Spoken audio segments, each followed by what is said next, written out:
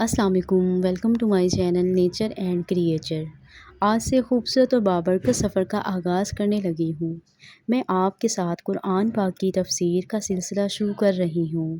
انشاءاللہ اس میں ہم قرآن کے معنی، اس کا پیغام اور اس کی حکمت کو آسان الفاظ میں سمجھیں گے، کیونکہ سچ یہ ہے کہ ہم میں سے بہت سے لوگ قرآن پڑھتے تو ہیں مگر اس کے اصل مفہوم سے واقف نہیں ہوتے۔ تو آئیے مل کر اس نورانی سفر کا آغاز کرتے ہیں اور قرآن کو سمجھنے کی کوشش کرتے ہیں۔ سورۃ فاتحہ آیت نمبر 1، ترجمہ اور تفسیر۔ بسم اللہ الرحمن الرحیم، الحمد للہ رب العالمین۔ ترجمہ: سب تعریفیں اللہ کے لیے ہیں جو تمام جہان والوں کا پالنے والا ہے۔ تفسیر: الحمدللہ، سب تعریفیں اللہ کے لیے ہیں، یعنی ہر طرح کی حمد اور تعریف کا مستحق اللہ تعالیٰ ہے، کیونکہ اللہ تعالیٰ کمال کی تمام صفات کا جامع ہے۔ حمد اور شکر کی تعریف۔ حمد کا معنی ہے کسی کی اختیاری خوبیوں کی بنا پر اس کی تعریف کرنا، اور شکر کی تعریف یہ ہے کہ کسی کے احسان کے مقابلے میں زبان، دل یا اعضاء سے اس کی تعظیم کرنا۔ اور ہم چونکہ اللہ کی حمد عام طور پر اس کے احسانات کے پیش نظر کرتے ہیں، اس لیے ہماری یہ حمد شکر بھی ہوتی ہے۔ اللہ تعالیٰ کی حمد و ثنا کرنے کے فضائل۔ احادیث میں اللہ تعالیٰ کی حمد و ثنا کرنے کے بہت سے فضائل بیان کیے گئے ہیں۔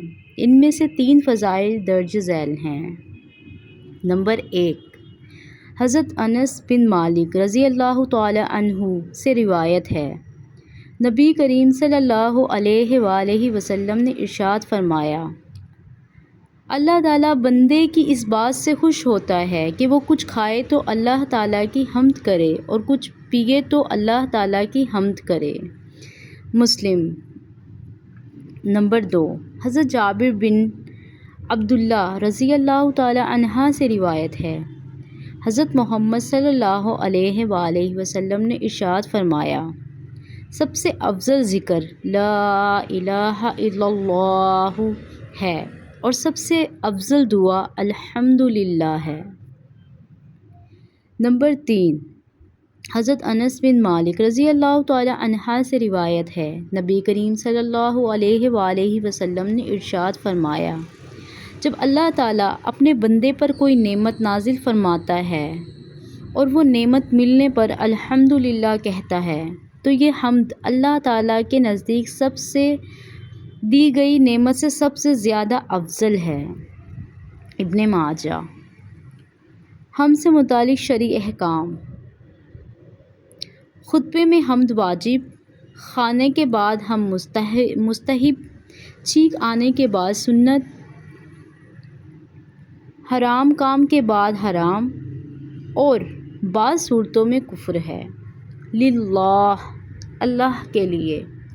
اللہ اس ذات اعلیٰ کا عظمت والا نام ہے جو تمام کمال والی صفاتوں کی جامع ہے، اور بعض مفسرین نے اس لفظ کے معنی بھی بیان کیے ہیں، جیسے اس کا ایک معنی ہے عبادت کا مستحق، دوسرا معنی ہے وہ ذات جس کی معرفت میں عقلیں حیران ہیں، تیسرا معنی ہے وہ ذات جس کی بارگاہ میں سکون ہوتا ہے، اور چوتھا معنی ہے وہ ذات کہ مصیبت کے وقت جس کی پناہ تلاش کی جائے۔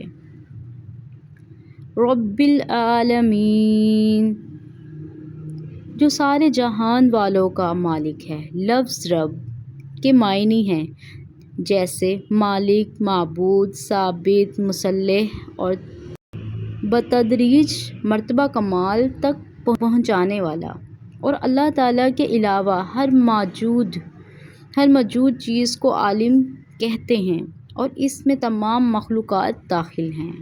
جزاک اللہ۔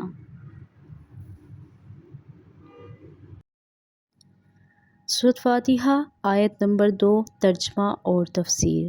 بسم اللہ الرحمن الرحیم۔ ترجمہ: شروع اللہ کے نام سے جو بڑا مہربان نہایت رحم کرنے والا ہے۔ الرحمن الرحیم۔ ترجمہ: بہت مہربان رحمت والا۔ تفسیر: الرحمن بہت مہربان، رحمان اور رحیم اللہ تعالیٰ کے دو صفاتی نام ہیں۔ رحمان کا معنی ہے نعمتیں عطا کرنے والی وہ ذات جو بہت زیادہ رحمت فرمائے، اور رحیم کا معنی ہے بہت رحمت فرمانے والا۔ یاد رہے کہ حقیقی طور پر نعمت عطا فرمانے والی ذات اللہ تعالیٰ کی ہے، کہ وہی تنہا ذات ہے جو اپنی رحمت کا بدلہ طلب نہیں فرماتی۔ ہر چھوٹی بڑی، ظاہری، باطنی، جسمانی، روحانی، دینوی، آخروی نعمت اللہ تعالیٰ ہی عطا فرماتا ہے، اور دنیا میں جو شخص تک جو نعمتیں پہنچتی ہیں وہ اللہ تعالیٰ کی رحمت ہی سے ہیں، کیونکہ کسی کے دل میں رحم کا جذبہ پیدا کرنا، رحم کرنے پر قدرت دینا، نعمت کو وجود میں لانا، دوسروں کا اس نعمت سے فائدہ اٹھانا اور فائدہ اٹھانے کے لیے اعضاء کی سلامتی عطا کرنا، یہ سب اللہ تعالیٰ کی طرف سے ہی ہے۔ اللہ تعالیٰ کی وسیع رحمت دیکھ کر گناہوں پر بے باک نہیں ہونا چاہیے۔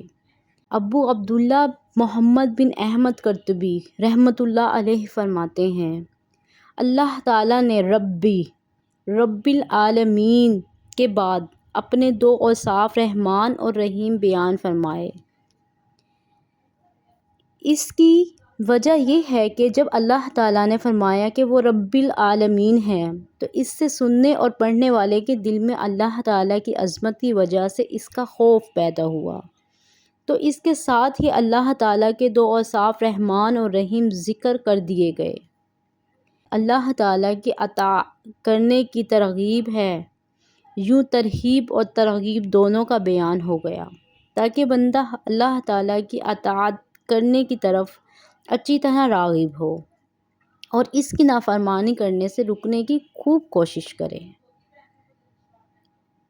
قرآن مجید میں اور مقامات پر اللہ تعالیٰ کی رحمت اور اس کے عذاب دونوں کو واضح طور پر ایک ساتھ ذکر کیا گیا ہے۔ چنانچہ اللہ تعالیٰ ارشاد فرماتا ہے۔ ترجمہ: میرے بندوں کو خبر دو کہ بے شک میں ہی بخشنے والا مہربان ہوں، اور بے شک میرا ہی عذاب دردناک عذاب ہے۔ اور ارشاد فرمایا۔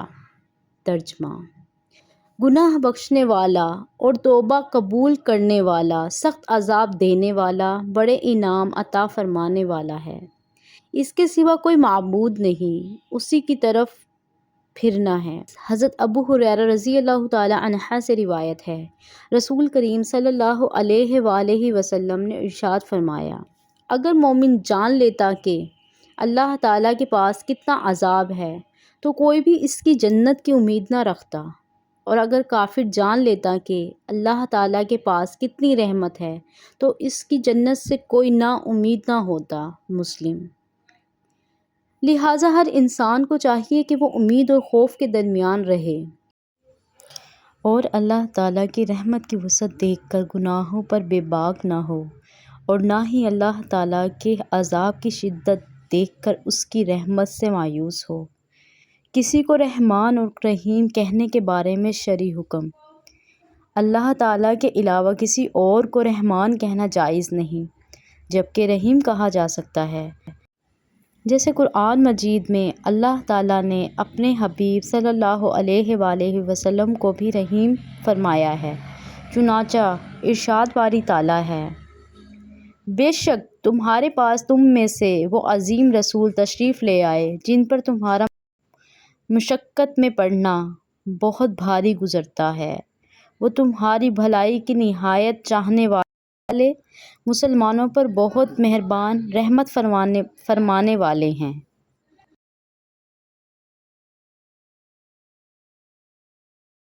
اگر آج آپ کو یہ یقین ہو جائے کہ ایک دن ایسا آنے والا ہے جہاں نہ صرف دولت کام آئے گی، نہ سفارش، اور ہر فیصلہ صرف اللہ کرے گا، تو کیا آپ اپنی زندگی بدلنے کے لیے تیار ہیں؟ السلام علیکم رحمۃ اللہ وبرکاتہ۔ آج ہم قرآن پاک کی ایک نہایت گہری اور حقیقت بھری آیت پر غور کریں گے۔ مالک یوم الدین۔ آیت ہمیں قیامت کے دن کی ایک ایسی سچائی بتاتی ہے جو ہر انسان کو نچوڑ کے رکھ دیتی ہے۔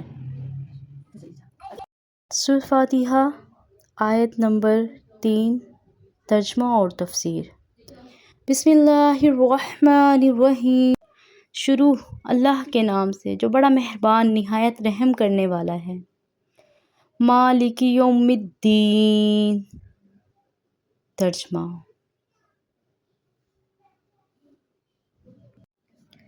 جزا کے دن کا مالک۔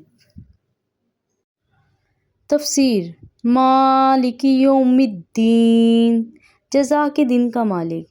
جزا کے دن سے مراد قیامت کا دن ہے کہ اس دن نیک اعمال کرنے والے مسلمانوں کو ثواب ملے گا اور گناہ گاروں اور کافروں کو سزا ملے گی، جبکہ مالک اسے کہتے ہیں جو اپنی ملکیت میں موجود چیزوں میں جسے چاہے تصرف کرے۔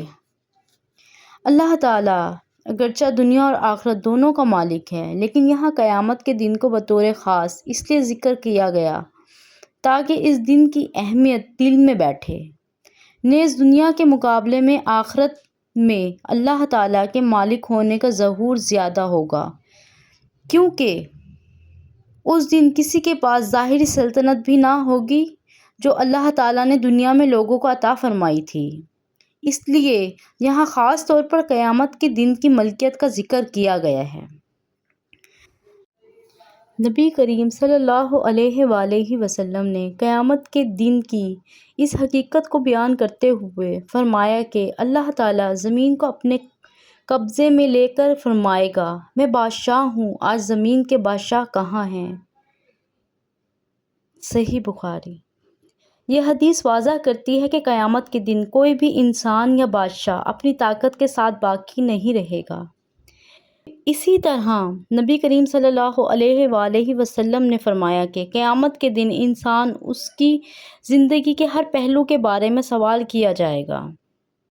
بندے کے قدم اس وقت تک نہیں ہٹیں گے جب تک اس سے اس کی عمر، علم، مال اور جسم کے بارے میں سوال نہ کر لیا جائے۔ یہ حدیث اس آیت کے مفہوم کو مزید واضح کرتی ہے کہ یوم الدین ایسا دن ہے جہاں ہر عمل کا مکمل حساب ہوگا۔ مزید یہ کہ نبی صلی اللہ علیہ وآلہ وسلم نے فرمایا کہ قیامت کے دن انصاف اتنا کامل ہوگا کہ حقوق ان کے حقداروں کو لوٹا دیے جائیں گے، یہاں تک کہ جانوروں کے درمیان بھی انصاف کیا جائے گا۔ صحیح مسلم۔ اس سے معلوم ہوتا ہے اللہ تعالیٰ کا مالک یوم الدین ہونا صرف بادشاہت نہیں بلکہ کامل اور آخری انصاف کا اعلان بھی ہے۔ اور ایک اور حدیث میں نبی صلی اللہ علیہ وآلہ وسلم نے دنیا کی حقیقت بیان فرمائی۔ دنیا مومن کے لیے قید خانہ اور کافر کے لیے جنت ہے۔ صحیح مسلم۔ یعنی اصل زندگی اور اصل بدلہ قیامت کے دن ہوگا۔ اس دنیا میں سب کچھ عارضی ہے۔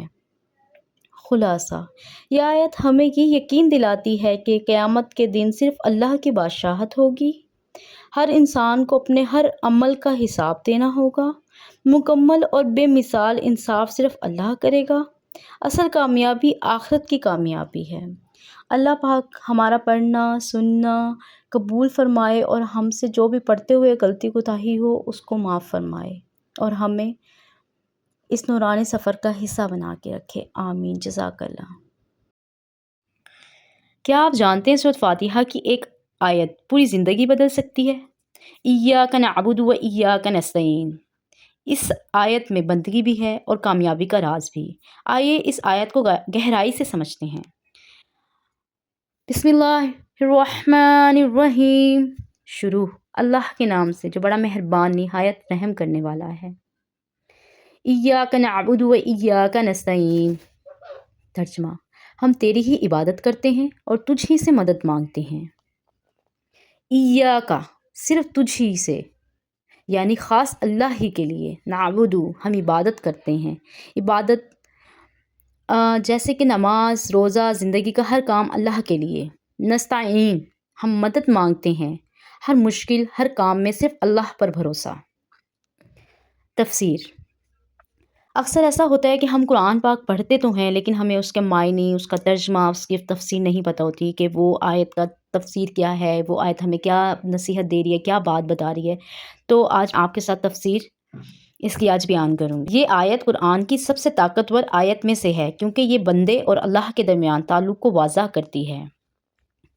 جیسا کہ عبادت صرف اللہ کے لیے، یہاں اللہ ہمیں سکھا رہا ہے کہ عبادت صرف اسی کی ہو، کسی اور کے لیے سجدہ، دل کا جھکاؤ نہ ہو۔ اس میں توحید کا مکمل پیغام ہے۔ ہم کیوں کہا گیا؟ یہاں میں نہیں بلکہ ہم کہا گیا۔ اس سے معلوم ہوتا ہے مسلمان اکیلا نہیں، ہم سب ایک امت ہیں۔ عبادت پہلے، مدد بعد میں کیوں؟ پہلے فرمایا ہم عبادت کرتے ہیں، پھر ہم مدد مانگتے ہیں، مطلب پہلے بندگی پھر مدد۔ جب بندہ اللہ کا ہو جاتا ہے، اللہ اس کی مدد کرتا ہے۔ اصل مددگار کون ہے؟ دنیا میں لوگ مدد کرتے ہیں لیکن اصل مدد اللہ دیتا ہے۔ مثال، ڈاکٹر علاج کرتا ہے، شفا اللہ دیتا ہے۔ استاد پڑھاتا ہے، سمجھ اللہ دیتا ہے۔ مکمل اعتماد، توکل۔ یہ آیت ہمیں سکھاتی ہے نہ لوگوں پر مکمل بھروسہ، نہ خود پر غرور، صرف اللہ پر یقین۔ حدیث ریفرنس کے ساتھ۔ حدیث نمبر 1، نبی کریم صلی اللہ علیہ وآلہ وسلم نے فرمایا، جب تم مانگو تو اللہ سے مانگو اور جب مدد چاہو تو اللہ سے چاہو۔ حوالہ ترمذی 2516۔ حدیث 2، اللہ فرماتا ہے یہ آیت میرے اور میرے بندے کے درمیان ہے۔ حوالہ صحیح مسلم 395۔ یعنی جب بندہ کہتا ہے ایاک نعبد، اللہ فرماتا ہے یہ میرے بندے اور میرے درمیان ہے۔ زندگی میں اس آیت کا اثر، اگر آپ اس آیت کو سمجھ لیں، ڈر ختم ہو جاتا ہے، لوگوں کا خوف ختم ہو جاتا ہے، دل مضبوط ہو جاتا ہے، اللہ پر یقین بڑھ جاتا ہے۔ عملی سبق، نماز میں دل لگائیں کیونکہ ہم روز یہ آیت پڑھتے ہیں۔ مشکل میں فوراً اللہ کو پکاریں، نہ کہ پہلے لوگوں کو۔ دکھاوے سے بچیں، عبادت صرف اللہ کے لیے کریں۔ ہر کام سے پہلے نیت درست کریں، یہ کام اللہ کے لیے ہے۔ میں آپ کے ساتھ آج ایک وظیفہ بھی شیئر کرنا چاہوں گی۔ کوئی خاص تعداد حدیث سے ثابت نہیں ہے لیکن آپ یہ عمل کر سکتی ہیں۔ وظیفہ 1، روزانہ 100 بار پڑھیں ایاک نعبد و ایاک نستعین۔ نیت، اللہ سے مدد، دل میں اخلاص۔ وظیفہ 2، نماز کے بعد 11 بار پڑھیں اور دعا کریں۔ وظیفہ 3، ہر نماز میں اس آیت کو سمجھ کر پڑھیں، یہی سب سے طاقتور وظیفہ ہے۔ خاص دعا، یا اللہ ہمیں سچی عبادت کرنے والا بنا اور صرف تجھ سے مدد مانگنے والا بنا۔ خلاصہ، یہ آیت ہمیں سکھاتی ہے صرف اللہ کی عبادت کریں، صرف اللہ سے مدد مانگیں، زندگی میں اللہ کو سب سے اوپر رکھیں۔ ہم روز نماز میں ایک دعا مانگتے ہیں لیکن کیا ہم واقعی ہی اس کا مطلب سمجھتے ہیں؟ اہدنا الصراط المستقیم، یہ صرف الفاظ نہیں، یہ زندگی بدلنے والی دعا ہے۔ آیت اہدنا الصراط المستقیم، ترجمہ ہمیں سیدھا رستہ دکھا۔ تفصیلی تفسیر، یہ آیت الفاتحہ کی سب سے اہم دعا ہے۔ یہاں بندہ اللہ سے سب سے قیمتی چیز مانگتا ہے، ہدایت۔ اہدنا، ہمیں ہدایت دے۔ اہدنا کا مطلب ہے ہمیں رستہ دکھا، ہمیں سیدھا کر، ہمیں صحیح رستے پر قائم رکھ۔ یہ صرف رستہ دکھانے کی بات نہیں بلکہ صحیح رستہ سمجھنا، اس پر چلنا، اس پر ثابت قدم رہنا۔ ہم روز یہ دعا اس لیے مانگتے ہیں کیونکہ انسان بار بار بھٹک سکتا ہے۔ رستہ، یہاں رستہ عام رستہ نہیں ہے، اس سے مراد ہے اسلام کا رستہ، قرآن کا رستہ، نبی صلی اللہ علیہ وسلم کا طریقہ۔ یہ وہ رستہ ہے جو ہمیں کامیابی اور جنت تک لے جاتا ہے۔ مستقیم، سیدھا۔ مستقیم کا مطلب ہے بالکل سیدھا، نہ ٹیڑھا نہ مشکل۔ یہ ایسا رستہ ہے جس میں گمراہی نہیں، جس میں دھوکہ نہیں، جو سیدھا اللہ تک لے جاتا ہے۔ ہم روز یہ دعا کیوں مانگتے ہیں؟ کیونکہ ہمیں ہر دن گائیڈنس کی ضرورت ہوتی ہے۔ شیطان ہمیں بہکانے کی کوشش کرتا ہے، دنیا ہمیں ڈسٹریکٹ کرتی ہے، اس لیے ہم بار بار کہتے ہیں یا اللہ ہمیں سیدھا رستہ دکھا۔ قرآن کو سمجھ کر پڑھیں، نبی صلی اللہ علیہ وسلم کی سنت پر عمل کریں، اچھے لوگوں کی صحبت اختیار کریں، گناہوں سے بچنے کی کوشش کریں۔ خلاصہ، یہ آیت ہمیں سکھاتی ہے سب سے بڑی نعمت ہدایت ہے۔ ہمیں ہر وقت اللہ سے ہدایت مانگنی چاہیے۔ سیدھا رستہ ہی کامیابی کا رستہ ہے۔ دعا: یا اللہ ہمیں سیدھے رستے پر چلا اور ہمیں کبھی گمراہ نہ ہونے دے، آمین۔ کیا آپ جانتے ہیں ہم روز اللہ سے کس رستے کی دعا مانگتے ہیں؟ یہ صرف سیدھا رستہ نہیں بلکہ ان لوگوں کا رستہ ہے جن پر اللہ نے خاص انعام کیا۔ آیت: صراط الذین انعمت علیہم۔ ترجمہ: ان لوگوں کا رستہ جن پر تو نے انعام فرمایا۔ تفسیر: یہ آیت پچھلی دعا اہدنا الصراط المستقیم کی وضاحت کرتی ہے، یعنی ہم صرف سیدھا رستہ نہیں مانگ رہے بلکہ واضح کر رہے ہیں کہ کون سا رستہ، وہ رستہ جن لوگوں کا ہے جن پر اللہ نے انعام فرمایا۔ صراط، رستہ، یہ وہی سیدھا رستہ ہے جس کی ہم دعا مانگتے ہیں، ایسا رستہ جو انسان کو اللہ کے قریب لے جائے۔ الذین، وہ لوگ۔ یہاں اللہ ہمیں بتا رہا ہے کہ تم اکیلے نہیں ہو، تم سے پہلے بھی کچھ لوگ اس رستے پر چلے ہیں۔ انعمت علیہم، جن پر تو نے انعام فرمایا، یہ سب سے اہم حصہ ہے۔ قرآن کے مطابق سورۃ النساء 69 یہ لوگ ہیں: انبیاء، نبی، صادقین، سچے لوگ، شہداء، اللہ کی راہ میں جان دینے والے، صالحین، نیک لوگ۔ یعنی ہم دعا مانگتے ہیں، یا اللہ ہمیں ان نیک لوگوں کے رستے پر چلا جنہیں تو نے پسند کیا۔ اہم سبق: ہمیں اپنے رول ماڈل نیک لوگ بنانے چاہئیں۔ کامیابی کا رستہ وہی ہے جو انبیاء اور صالحین کا تھا۔ دنیا کے فیشن یا لوگوں کو فالو کرنے کے بجائے نیک لوگوں کو فالو کریں۔ نبی کریم صلی اللہ علیہ وسلم کی سنت کو اپنائیں، سچے اور نیک لوگوں کی صحبت اختیار کریں، قرآن کو سمجھ کر عمل کریں، اپنی زندگی کو دین کے مطابق ڈھالیں۔ یہ آیت ہمیں سکھاتی ہے سیدھا رستہ واضح ہے، وہی رستہ کامیاب ہے جو نیک لوگوں کا ہے۔ ہمیں اپنی زندگی کو انہی کے مطابق بنانا ہے۔ دعا: یا اللہ ہمیں ان لوگوں کے رستے پر چلا جن پر تو نے انعام فرمایا اور ہمیں بھی ان میں شامل فرما، آمین۔ ہم روز اللہ سے سیدھا رستہ مانگتے ہیں، لیکن کیا آپ جانتے ہیں ہم کن لوگوں کے رستے سے بچنے کی دعا بھی کرتے ہیں؟ یعنی وہ لوگ جن پر اللہ کا غضب ہوا۔ ترجمہ: ان لوگوں کے رستے سے نہیں جن پر غضب کیا گیا۔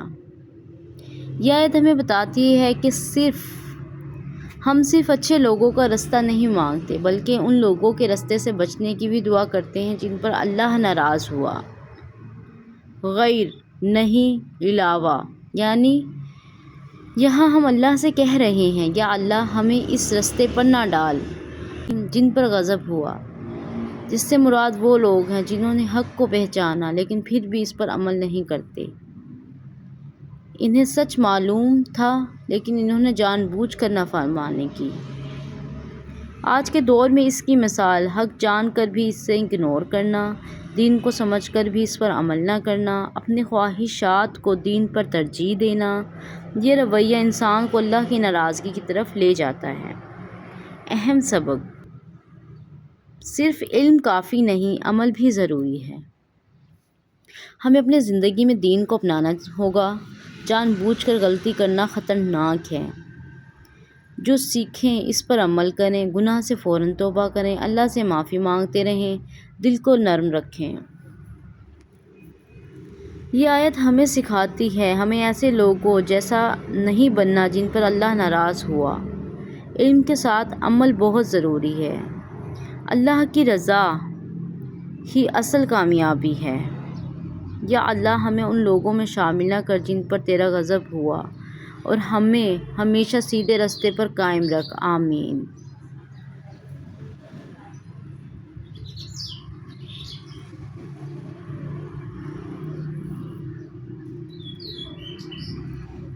ہم اللہ سے سیدھا رستہ مانگتے ہیں اور ساتھ یہ بھی دعا کرتے ہیں کہ ہم گمراہ لوگوں میں شامل نہ ہوں۔ ترجمہ: اور نہ ہی گمراہ لوگوں کے رستے پر۔ یہ سورۃ فاتحہ کا آخری حصہ ہے جس میں ہم اللہ سے دعا کرتے ہیں کہ ہمیں دو قسم کے لوگوں کے رستے سے بچا، جن پر اللہ کا غضب ہوا اور گمراہ لوگ۔ ولا، اور نہیں، یہاں ہم اللہ سے مضبوط دعا کر رہے ہیں، یا اللہ ہمیں اس رستے سے بھی بچا۔